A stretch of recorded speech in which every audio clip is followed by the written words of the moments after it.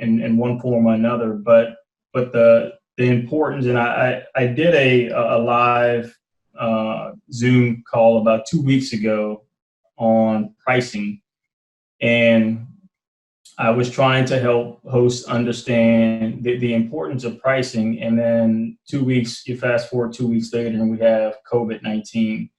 And what that brought to bear was that entire discussion was all based on hosts understanding how to price for efficiency. Because one of the things that we've come to understand is that a pricing software and just looking on Airbnb to see where others are priced around you, or using AirDNA to get average market prices, all are forms of aggregated market data. And what happens is, yes, you're in the right neighborhood, then it gets you on the right street in some cases, but it never gets you to the right house, right? And that's because every host in every place has a different cost to operate their unit every day. So the theory behind that is there's no way possible that a pricing tool or software that gives you aggregated market data can help you understand what it costs to run your business. Then that means you can't be priced correctly if you're solely relying on aggregated market data. And that was sort of the crux of the pricing discussion, to help hosts understand how do you figure out your monthly operational costs after your pass-through expenses are taken out, and then dividing that by 30 and getting your daily operating costs, which then, if you're using a pricing tool, becomes your minimum price. Meaning, if you are priced at that rate for 30 days, that's your break-even rate.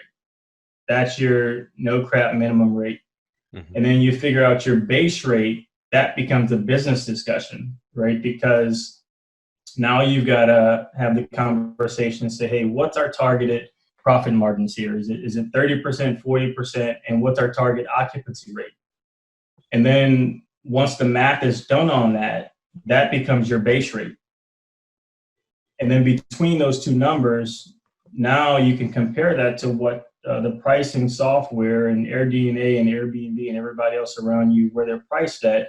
But the point becomes, and this all drives towards a business discussion, but the point becomes, in a time like this, you know exactly where your price point is. So for every cancellation that you get, you should have dropped your rates down to your min rate.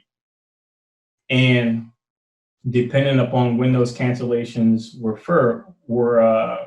taken on, for instance, this whole thing came out about mid-March. So some people had some income coming in March, which means if they had a profit margin set, and let's just say they were at 30% profit margin leading up to the COVID thing, now all they had to do was price to defend and really keep the profits that they gained by just dropping their prices to their min rate. So in theory, if they were booked out 15 days and then they priced at their min rate for the remainder of the month and got booked, then they protected the profits that they made prior to the 15th of the month.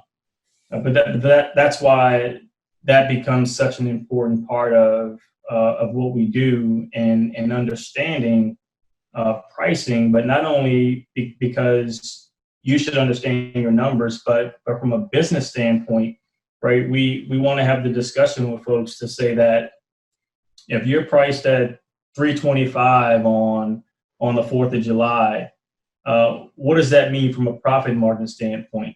So let's just say in theory that $325, you're priced at a 225% profit margin, meaning you made $225 for that day. What does that mean from a business standpoint to the rest of your month, and allowing you to not only price lower, but shift your strategy? And let's just say you book out 15 days of that month, but you've got one day that you hit a 235% profit margin. Someone may look at your listing in a prime location and wonder why you're priced at $89 a night, and that's your min rate.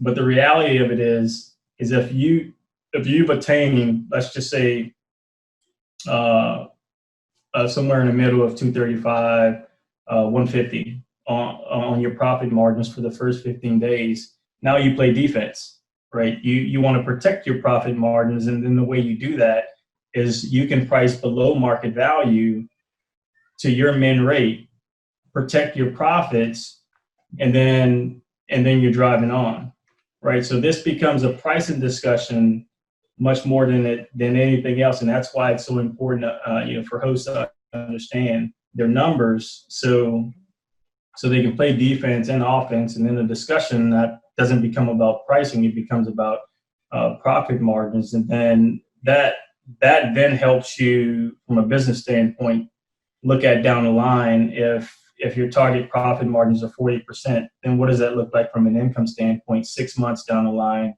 and then a year down the line when you're looking to grow a business in a rental arbitrage model, right? You start having a different discussion versus somebody that just wants to have an Airbnb just to post on Facebook, right? That's pretty fascinating, man. Because like I never thought of it like that. You know, when I was Airbnb, and I was just like, okay, hey, I got a big day. That's cool. I didn't adjust my prices to try to catch more days. That was just a bonus. But you're looking at it all scientifically, right?